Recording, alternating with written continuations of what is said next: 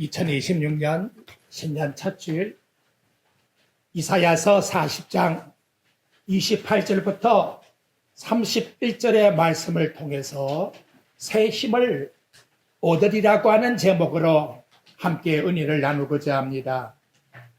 사랑하는 성도 여러분, 오늘 우리는 새로운 한 해의 문턱에 서서 시간과 역사를 주관하시는 하나님 앞에 예배드릴 수 있는 복을 받았습니다. 새해는 단순히 숫자가 바뀌는 달력의 변화가 아니라 우리의 삶과 신앙의 방향이 다시 조정되는 영적 전환점이라고 할 수 있습니다. 우리는 매년 새해를 맞이하면서 사실 새해를 맞이하게 하시는 분은 언제나 동일하신 하나님이신데 우리는 이처럼 말할 때가 많지요. 새롭게 시작해보자. 올해는 반드시 달라져야 한다. 그래서 결심과 다짐을 하고 있지만 정작 성경이 우리에게 요구하는 새해의 질문은 그런 것이 아니라 너는 지금 누구를 의지하고 새해를 맞이하고 있니? 이렇게 물어보시고 있다는 거지요. 우리가 맞이하는 이 새해의 소막은 인간의 의지나 계획으로 열려진 것이 절대로 아닙니다. 하나님이 이 시간도 은혜를 부어주므로 우리 생명이 호박이 되었고 하나님을 경외하는 믿음을 주었기 때문에 저와 여러분이 나온 것입니다. 우리가 잠들어 있을 동안에도 해는 멈추지 않고 떴다가 집니다. 계절은 질서 있게 또 흘러갑니다. 역사는 하나님의 손에서 진행되고 있습니다. 우리가 의식하지 못하는 사이에도 하나님은 역사를 붙드시고 계시고 우리의 생명을 보존하시며 새로운 시간과 또 하나님이 은혜를 허락해 주시고 계신다는 것입니다. 올 신년에는 내가 무엇을 할 것인가? 라고 하는 문제를 앞세우지 말고 하나님 앞에서 내가 무엇을 기억할 것인가? 하나님이 내게 요구하는 뜻이 무엇일까? 하는 신앙의 인식을 하는 저와 여러분이 꼭 계셔야 합니다. 올 봄은 이사야 40장의 말씀은 절망의 가장 깊은 자리에서 선포되고 있는 소망의 복음입니다. 포로로 눈앞에 있는 이스라엘 국가 무너지기 직전입니다. 성전이 파괴되었습니다. 백성들은 바빌론으로 끌려가는 운명 앞에서 하나님은 전혀 다른 말씀을 선포하고 있는데 이사야 40장 1절을 보게 되면 위로하라, 내 백성을 위로하라 하는 말씀이 나타나다가 위로의 절정이 오늘 우리가 읽은 말씀의 내용이라는 것이지요. 2026년을 시작하는 우리에게도 동일한 말씀을 적용해야 됩니다. 과연 우리가 어떻게 새 힘을 얻을 수가 있을까? 바로 그 문제를 본문에 나타나고 있는 세 가지의 주제를 통해서 묵상하면서 새해에 함께 영역의 힘을 얻고자 합니다. 첫째 드리고자 하는 말씀, 잃어버린 신앙의 인식을 회복하라 하고 말씀하고 있습니다. 오늘 보면 여러분 28절 말씀의 내용을 우리에게 굉장히 의미 있는 질문을 하나님이 하십니다. 너는 알지 못하였느냐? 듣지 못하였느냐? 이 말씀은 하나님께서 바벨론 포로라고 하는 비극적 현실 앞에 있는 당신의 백성에게 그 고난의 근본의 원인이 뭘까? 도대체 이것이 왜 우리에게 부닥쳤을까? 어디에서 이것이 나왔을까? 그것을 깨닫게 해주는 질문에 대한 말씀입니다. 말씀에 대한 지식을 묻는 내용이 아닙니다. 하나님께 대한 믿음의 인식을 너희들이 잊어버렸다라고 하는 충격을 주는 말씀의 내용입니다. 그렇다면 여러분, 이스라엘 백성이 하나님을 모르는 민족입니까? 이스라엘 백성은 아브라함의 선택을 받아서 애굽에 있다가 출애굽한 경험이 있고 홍해 바다를 육지같이 건넜고 광야의 40년을 하나님의 능력 가운데 건너 살아왔고 아침마다 하늘로 내리는 만나를 먹으면서 물이 없을 때에는 반석을 쳐서 생수를 마시면서 그들은 살아왔습니다. 또한 성전 안에서 하나님께 제사하며 살았습니다. 하나님은 다른 민족이 알지 못하는 율법을 모세를 통해서 주어서 깨닫게 준 영적으로 복된 나라였습니다. 그런데 왜 하나님은 이렇게 묻지요? 너는 알지 못하였느냐? 그들이 몰라서가 아니라 네가 알고 있는 하나님을 왜 잊어버리고 있느냐? 하는 질문입니다. 말씀의 지식은 가지고 있는데 하나님께 대한 믿음의 인식을 잊어버리고 살고 있다는 것을 우리 하나님이 지적을 해주고 있는 것입니다. 그랬더니 이스라엘 백성이 뭐라고 하느냐? 40장 이 말씀 나오기 27절에 이런 질문을 하나님께 던져 그걸 하나님이 대받아서 말씀을 해요.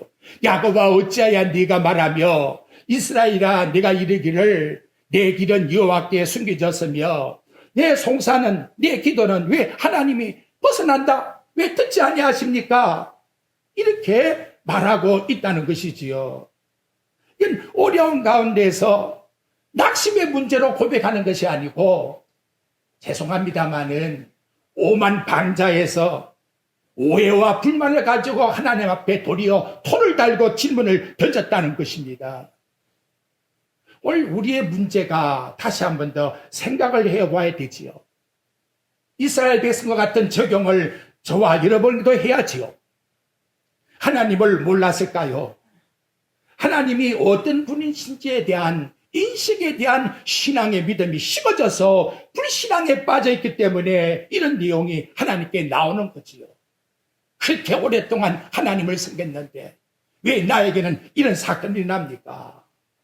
진작 현실 속에서 하나님을 믿는다고 말하지만 결정의 순간이 아니고서는 하나님을 인식하는 생각이 사라져버렸다는 거예요. 그래서 하나님을 안다고 하면서라도 문제가 발생해야 그때서야 하나님하고 찾으니 하나님을 잊어버린 이스라엘 백성과 똑같이 되었다는 거예요. 기도보다는 염려가 앞서요. 말씀보다는 인간의 지식의 계산이 앞서요. 하나님의 전능하심보다는 내 한계를 더 또렷하게 드러내어서 할 수 있다고 말하고 있다는 거예요. 그렇다면 새해에 하나님이 요구하심이 뭘까요? 너 새 계획 세우고 네 힘을 가지고 나가려고 하지 말고 하나님께 대한 잊어버린 신앙을 회복해라. 믿음을 회복시켜라. 무지가 아니라 망각 때문에 그런 거예요. 감정이 아닙니다. 기억의 싸움이에요. 솔직히 하루에도 예수 그리스도라는 이름이 얼마나 내 마음에서 떠오르고 있습니까? 정말 우리의 문제는 신앙의 망각 때문에 이와 같이 일어나고 있다는 것을 일러주고 있는 겁니다. 하나님이 이런 사건을 너무나 잘 알기 때문에 출애굽기 20장 1절과 2절에 가보면 모세에게 십계명을 돌판에다가 신이 기록을 해서 줘요. 그리고 그 서문에다가 뭐라고 말씀하느냐? 애굽 땅 종되었던 집에서 인도하여 낸 너희 하나님 여호와로라. 애굽 땅 종되었던 집에서 인도하여 낸 구원시킨 여호와 하나님을 기억해라. 이것이 모든 계명의 생활에 앞서서 해야 될 생활이라고 일러주고 있는 것입니다. 은혜를 기억할 줄 모르면 하나님께 대한 감각은 망각하게 되는 것이고 신앙은 내가 어떻게 하는 것이 아니라 가만히 있어도 점점 퇴보되고 있는 거예요. 여러분 스스로 한번 생각해 보십시오. 우리의 지친 이유가 무엇입니까? 하나님이 약해져 그렇습니까? 하나님께서 숨어서 그런 겁니까? 문제는 내가 하나님께 대한 신앙의 인식에 대한 망각 때문에 이러한 문제가 일어나고 있다는 것을 일러주고 있는 것입니다. 2026년 새해에 내가 올해에 무엇을 할까? 내 힘을 가지고 뭘 성취하려고 하지 마시고 하나님이 어떠한 분이실까? 여호와 하나님을 다시 기억하십시오. 우리가 무너질 때마다 다시 일어날 수 있는 힘은 인간의 의지의 강함에 있지 않습니다. 해답은 모두가 내 영혼아 어찌하여 낭망하고 있는고 여호와 하나님을 바라보라. 이것이 우리에게 주는 정답이라고 말합니다. 여호와 하나님을 다시금 책임지라고 기억하는 것, 십자가상에서 나를 구원해 주신 예수 그리스도를 기억하는 것, 이것이 믿음의 원천이요 힘의 소산이요 우리의 모든 생활 속에 능력이 된다는 것을 말씀해 주고 있는 것입니다. 그런데 하나님께 대한 인지가 믿음이 흐려지니까 하나님이 어떤 분이라고 하는 성품이 점점 내 마음에서 사라지니까 하나님이 내게 고통을 주고 고난을 줄 때에 하나님을 향해서 우리가 어떤 상태인가 이걸 돌아보지를 않아요. 하나님이 주시는 방법이 뭐냐? 그래서 고난이라고 하는 고통을 주었다는 거지요. 이것이 하나님의 은혜의 도구라는 겁니다. 그 내용의 역사가 계속해서 순환되어 나온 것이 구약의 역사이자 올 신약의 우리 성도들에게 대한 하나님의 나타나고 있는 섭리라는 것을 일러주고 있는 것입니다. 새 힘을 얻기 위해 우리가 나아가야 할 길은 내 인간의 한계를 솔직히 겸손하게 인정하는 거예요. 여러분 30절 말씀을 한번 보십시오. 왜 나이를 등장시키는데 소년이란 단어와 장정이란 단어를 앞세워 말할까요? 소년이라도 피곤하며 곤비하며 장정이라도 넘어지며 자빠지되 어린아이라도 피곤하며 노인이라도 자빠지며 그러면 되겠는데 인간이 생각하는 가장 힘이 있다고 하는 소년, 장정, 그런데 피곤함과 곤비함이 이들에게도 공통적으로 와 있다는 것을 현실적으로 하나님이 지적을 해주고 있다는 거예요. 소년, 젊은이들입니다. 장정, 기력이 왕쓰고 있는 청장년들입니다. 뭘 의미합니까? 인간의 힘으로 본질적으로 할 수 있다고 하는 나이에도 불구하고 너희는 한계가 다 있는 거야. 사회는 끊임없이 이걸 강조합니다. 그래서 더 강해져야 된다. 포기하지 말아다. 할 수 있다. 포스트 모더니즘에 취해서 인간을 우상화시켜서 얼마든지 인간도 할 수가 있다는 메시지를 끊임없이 던져주고 있다는 거지요. 제가 그게 나쁘다는 게 아니에요. 분명히 그렇게 해야 되는 거예요. 그러나 그것이 원천적인 원인이 아니라는 거예요. 행복의 근원이 아니라는 거예요. 지난 한 해 하면 우리 살아오면서 생각해봐요. 피곤치 않았는가요? 직장 생활 속에서 자녀의 교육 때문에 경제적인 압박 때문에 대인관계의 스트레스로 얼마나 우리는 이 피곤이라고 하는 테두리 안에서 살아가고 있습니까? 이것이 우리를 지치게 만들고 넘어지게 만들려고 하는 원인이라고 할 수가 있는 것이지요. 그런데 이때 하나님은 뭐라고 말씀하느냐? 인간의 연약함에게 능력을 주시겠다 라고 이와 같이 우리에게 말씀을 해주리라. 29절에 보면 피곤한 자에게 능력을 주시며 무능한 자에게 힘을 더하여 주시는 하나님이시다. 하나님 앞에 올해 내 해보겠다는 결심 좋아요. 새로운 습관 노력해야 합니다. 그런데 더 중요한 것은 뭐냐? 내 힘의 의지가 아니라 그것은 결국 한계에 부닥치게 된다는 거지요. 통계를 보니까 1월 달에 결심한 것이 2월 달 가면 다 사라지는 게 80%랍니다. 이게 인간 생각 속의 의지요 생각이라는 것이지요. 의지의 힘의 원천이 잘못되었기 때문에 그런 거예요. 힘의 원천은 어디서 나느냐? 금방 읽어드린 29절과 같이 힘을 더하게 하시는 분, 능력을 주시는 분, 주어가, 주제가, 주체자가 인간이 아니라 하나님이라고 우리에게 말씀합니다. 근데 그분이 누구한테 주느냐? 강하다, 힘이 있다, 그 자에게 준다고 말하잖아요. 여기 보니까 피곤한 자에게, 무능한 자에게, 역설적으로 강한 사람, 유능한 사람, 그런 사람이 받을 자격이 있다고 우리는 생각을 하지요. 근데 하나님의 나라는 방식이 다르다고 말씀합니다. 하나님, 나는 연약합니다. 무능합니다. 한 줌의 흙에 불과합니다. 하나님, 내가 뭘 하겠습니까? 무엇을 보니까 나 더듬이에요. 말도 자지 못합니다. 하나님 앞에서 이 사연을 보니까 나는 죄인 중에 죄인입니다. 이제 나는 죽게 되었습니다. 그런데 바로 이러한 자를 통해서 하나님의 능력이 나타났다는 것이요. 바울은 말씀합니다. 고린도후서 12장 9절에 보니까 내 은혜가 네게 족하다고 일러주심을 내가 들었다는 거예요. 네 능력이 약한 데서 온전해집니다.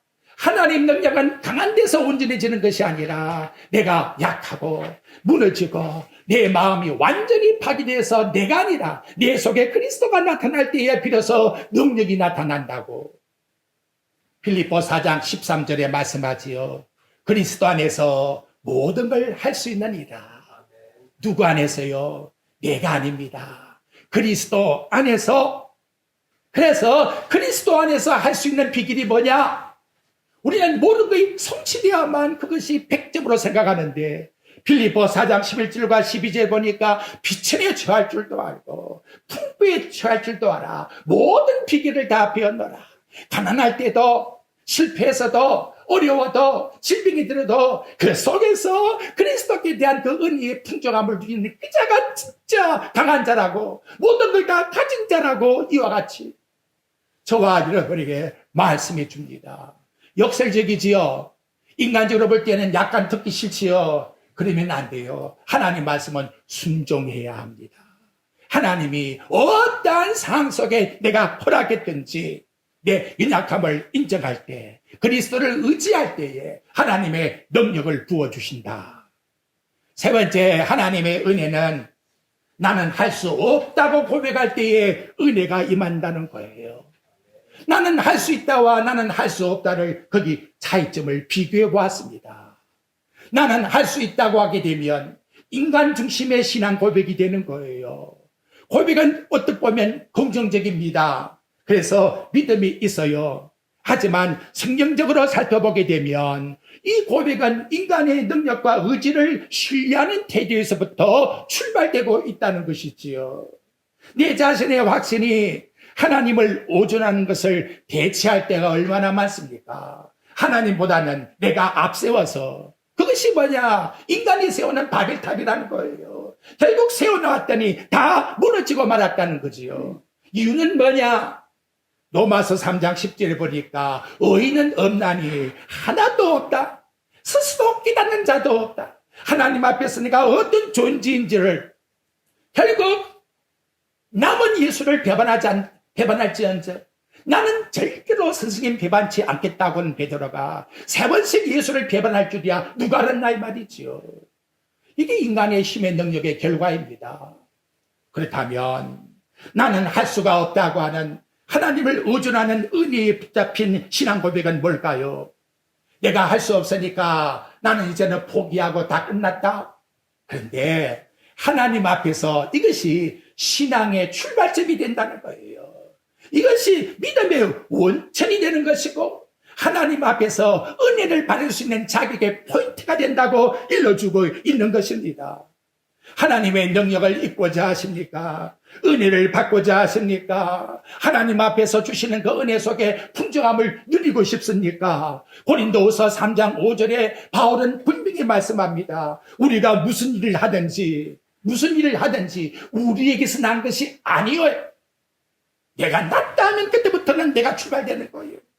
스스로 만족할 것이 아니에요. 만족은 내가 하는 게 아니에요. 우리 만족은 하나님께로부터 나느니라. 하나님이 주신 그것으로 우리 하나님 앞에서 우리는 은혜에 감사할 뿐이라는 것이지요. 올해 시작하면서 우리가 먼저 할 일이 뭐지요? 거창한 계획입니까? 그러나 내 힘의 한계를 인정하십시오. 다른 말로 바꾸면 주님, 저는 제 힘으로 이 한 해 살아갈 수가 없습니다. 연약합니다. 주님 도와주지 않으면 아무것도 할 수가 없습니다. 그래서 깨닫게 된 것이 송구영신 예배 드린 에베네셀이라고 하는 단어가 나왔다는 거지요. 여기까지 이곳까지 하나님이 도와주셨다. 순간 하나님이 도와주셨다. 그게 앞서야 돼요. 이것이 진정한 하나님 앞에 승리의 삶이라고 성경은 말씀으로 일러주고 있는 것입니다. 참 바울은 하나님께 3번이나 눈의 가시를 떼어달라고 기도했습니다. 얼마나 능력이 많은 사람입니까? 손수을 갖다가 병자 나와도 병자가 나아요. 근데 바울에게 눈의 가시를 3번씩이나 간절히 강구 목적을 두고 기도했건만 하나님의 응답은 뭐냐? 고린도서 12장 10절 말씀해 보니까 한번 따라해 봅시다. 내가 약할 그때에 강함이라. 도저히 이해할 수가 없지요. 내가 고통당하고 내가 아픔을 느끼고 하나님 나는 도저히 참을 수가 없는데 하나님 더 이상 나는 할 능력이 없는데 여호와 하나님 내가 어떻게 하겠나이까. 두 손 들고 빈손으로 십자가만 붙잡고 갑니다 할 때에 그것이 진정한 강함이라고 우리 하나님이 대답해 주셨다는 거지요. 그러면 세 번째 우리가 할 말이 해야 할 일이 뭐냐? 영원하신 하나님을 앙망하라. 오직 여호와를 앙망하는 자는 새 힘을 얻으리니 31절에 나왔지요. 결과가 어떠합니까? 독수리 날개치며 올라간 같이 독수리에다가 비유를 써서 일러주고 있는 내용입니다. 오직 only예요. 한 일밖에 없는 거예요. 다른 방법이 없다는 거예요. 하나님도 이 방법밖에 없다고 하는데 인간이 10,000가지 10,000가지를 내놔보십시오. 되는가? 이거 안 되는 거예요. 오직 할 일이 뭐냐? 여호와 하나님을 앙망하라. 앙망이라고 하는 카바의 단어는 단순히 뭔가를 기대한다. 그런 수준을 넘어서 간절히 바라보고 그리고 인내하며 기다리는 심정을 말해주고 있습니다. 여러분 간절히 우리 예배를 한번 사모해 봅시다. 예배를요. 정말 그래요. 우리 올해는 예배 시간 지각하지 말고 딱 정시되면 딱 앉아서 하나님께 예배 드립시다. 이거 얼마나 우리에게 중요한 내용입니까? 내가 1000번 설교한들 무슨 의미가 있습니까? 우리 의식하는 대한 신앙의 인식이 바뀌어져야 되지 않겠습니까? 내가 대통령을 만나러 간다 할 것 같으면 어떻게 하겠습니까? 살아계신 하나님을 위해서 나왔다 할 것 같으면 진정 우리 작은 안양교회만큼은 정말 하나님을 하나님답게 섬기는 진정한 태도의 인식이 내 마음속의 지식이 하나님께 대한 행동을 바뀌게 만드는 거예요. 행동이 바뀌지 않는 것은 내 마음의 신앙이 무뎌졌다는 거예요. 바꾸셔야 합니다. 두 번째 내용은 하나님의 속성을 기억하라고 말씀합니다. 하나님이 어떠한 분인가 그 속성을 기억해야 돼요. 28절에 보십시오. 하나님이 어떠한 분이십니까? 영원하신 하나님, 땅끝까지 창조하신 하나님. 여호와 하나님이 뭘 창조하셨다고요?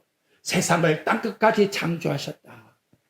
하나님 여호와는 피곤치 아니하다. 곤비하지 아니하다. 시편 121장 4절을 보니까 이스라엘을 지키되 우리 사랑하는 성도들을 지켜주시되 졸지도 아니하신다. 주무시지도 아니하신다. 이렇게 우리에게 말씀합니다. 365일 8760시간 52만 5600번 하나님은 1초라도 우리를 외면하지 않고 우리의 심장을 뛰게 만드시는 하나님, 그 하나님을 필링하고 내 심령 속에 인식하고 여호와 하나님을 앞세우고 그 하나님을 위해서 사는 것이 인생의 존재라는 거예요. 내 행복과 내 잘남을 위해서 사는 것이 절대 아니에요. 여호와 하나님을 어떻게 하면 높여드릴까? 하나님의 영광을 위하여. 그리고서 하나님의 그 원천적인 은혜가 쏟아붓는 거예요. 마치 폭포수와 같이. 그것이 받는 우리 성들에게 은혜 위에 은혜더라. 이렇게 말씀해 주고 있는 것입니다. 땅끝까지 창조했다고 합니다. 아무것도 없는 무에서 위를 창조하신 분이지요. 빛이 있어라. 말씀대로 어떻게 했다? 이루어지니라. 이것이 하나님의 말씀의 능력입니다. 2026년 무엇이 불가능하다고 마음속에 고민거리가 있습니까? 그 고민하는 순간에 기도하십시오. 영원하신 하나님, 천지를 창조하신 하나님이 나의 아버지시라고, 나를 위하여 십자가에 죽으신 그리스도시라고 여러분 스스로 인식을 하십시오. 이게 뭐냐? 바로 로마서 4장 17절에 보니까 아브라함이 그렇게 했다는 거지요.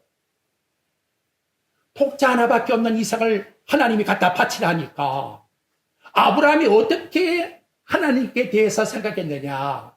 어떻습니까, 여러분? 내 귀한 독자를 갖다 바치라고 하면 어떻게 해야 되겠습니까? 아브라함의 말씀, 생각은 이렇다고 말합니다. 하나님은 죽은 자를 살리시며 없는 것을 있는 것 같이 부르시는 하나님, 내가 이삭을 죽인다 할지라도 히브리서에 보니까 다시 살려서 내게 줄 것이다. 이건 놀라운 고백입니다, 여러분. 어려서부터 동기가 발생되지요.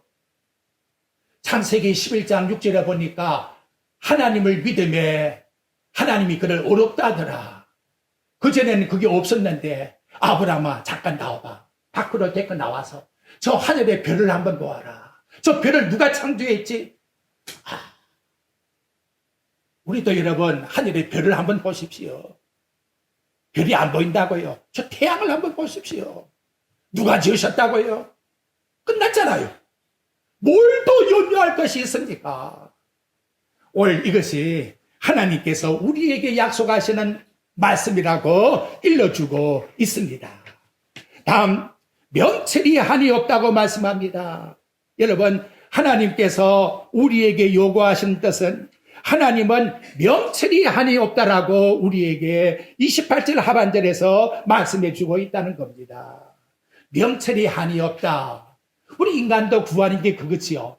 어떻게 하면 더 고상하게 지혜와 지식을 다 요구합니다. 근데 온유하잖아요. 하나님이 얼마나 하나님 형상대로 만들어 놓았으면 여러분 갖고 있는 핸드폰 보십시오. 이거 얼마나 오묘한 하나님의 지혜와 지식을 우리 인간에게 주고 있단 말이지요. 근데 영적으로 복잡한 문제를 핸드폰이 해결할 수가 없어요. 우리의 심령의 마음, 우리가 살아가야 될 영적인 문제, 우리의 고민거리, 우리의 환경적인 모든 문제, 어떻게 해야 문제가 풀어지나 이 말이에요. 여러분 자식들이나 손주들에게 이거 꼭 일러줘야 되는 거예요. 제가 몇 번이나 말씀합니다. 디모데전서 2장 7절에 보니까 내 말한 것을 생각하라. 주께서 범사에 네게 총명을 주시리라. 정말 여러분 하나님 말씀을 기록하고 하나님 말씀을 듣고 하나님 말씀을 암송하고 하나님 말씀을 생각하면서 말씀의 주인공이신 예수 그리스도를 기억하는 거기에 하나님은 총명을 주시겠다고 말씀하는데도 그저 세상에 돈 갖다 붓고 지식을 쌓아야만 하나님 뜻에 이르는 인물로 되는 줄로 착각을 하고 있다는 거지요. 여러분, 내가 자식 키운다 같으면 정말 여러분 하루 한 절이라도 제가 그러잖아요. 내 고3 때 우리 아버님은 예배 안 드리면 학교에 안 보냈다고. 그게 지금 와서 막 전에는 원망스러웠어요. 아니요. 하나님 은혜로 목사가 되었지요. 얼마나 우리에게 중요한지 몰라요. 하나님의 뜻이 뭔가 이걸 너무나 소홀하게 생각해요. 전부 인간에 해당한 관점을 갖다 붙는 거예요. 이렇게 할 때 하나님이 어떻게 한다 했습니까? 소년이라도 피고지며 장정이라도 넘어지고 잡혀진다 할지라도 여호와 하나님이 앙망하는 새 힘을 너에게 주겠다고 이와 같이 말씀해 주고 있습니다. 이 시간 새해에 책망의 말씀으로 받지 마십시오. 너무나 하나님 나 사랑하기 때문에. 하나님 나를 어떻게 한다고요? 사랑하시기 때문에. 요한의 아들 시몬아 네가 나를 사랑하느냐? 정말 사랑하시기 때문에. 그러면 오늘 말씀 결론 세 가지 꼭 기억합시다. 잊어버린 하나님 의식을 되찾자. 너는 알지 못했느냐? 듣지 못하였느냐? 새 출발의 거창한 결심이 아니라 창조주 하나님, 영원하신 하나님, 지혜로우신 그 하나님, 그분을 기억하는 것 어디 있느냐? 예수 그리스도의 안에, 믿음 안에, 말씀 안에 있다는 것을 기억해야 합니다. 인간의 한계를 우리 스스로 인정합시다. 소년이라도 장정이라도 피곤하고 자빠지는 거예요. 결론에 가서 꼬린점이 도달할 수 있는 것은 내가 한 것이 아니라 여호와 하나님의 은혜로, 예수 그리스도의 은혜로, 오늘도 믿음으로 은혜로 시작해서 믿음으로 은혜로 꼭 맞춰야 합니다. 마지막 세 번째는 여호와 하나님을 앙망하자. 그래서 북두칠성이 항상 북두성을 바라보게끔 우리에게 별자리를 보게 만들잖아요. 여러분, 해바라기 보십시오. 해가 가는 때 따라서 움직이잖아요.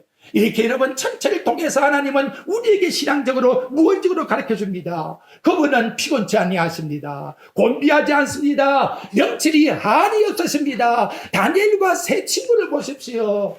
우리 하나님이 주시는 은혜는 무궁무진하다는 걸 우리에게 일러주고 있습니다. 여기에 새 힘을 주시고 새 능력을 주십니다. 그래서 시편 128장 1절에 보니까 여호와를 경외하며 그의 길을 걷는 자마다 복이 있도다. 다윗이 하나님께 고백할 때에 하나님 마음에 정말로 야, 너 고백 잘하구나. 그런 말씀이 뭘까? 제가 생각해 보다가 한번 우리 따라해 봅시다. 나의 힘이 되신 여호와여, 내가 주를 사랑하나이다. 힘에 지치는 내가 아닙니다. 여호와입니다. 신앙의 방향은 성취가 아닙니다. 사랑입니다. 의지 대상은 병기가 아니에요. 개띠 소띠 맑게 하지 마십시오. 제발 그 문구 나한테는 버리지 마세요. 우리 지간야님교회는 딱 단절됐어요. 그런데 엉뚱하게 목사들이 그걸 보내더라니. 말띠에 무슨 목사 복 받으라고요. 제가 목사들을 책망하는 게 아니에요. 얼마나 우리 영혼이 허려져 있는가를 우리에게 지금 지적해주고 있는 현실의 문제. 보여달라면 내가 보여드릴게요. 정말 우리 사람 의지하지 말고, 말 의지하지 말고, 힘 의지하지 말고, 돈 의지하지 말고, 지식 의지하지 말고, 항상 내 마음에 지혜를 준다는 것은 무엇을? 예수 그리스도를 생각해라. 그분을 사랑해라. 여기에 모든 지혜와 모든 것이 우리에게 있다고 일러줍니다. 여호와를 앙망하는 한 해가 꼭 되시기를 주 예수 그리스도의 이름으로 축복드립니다.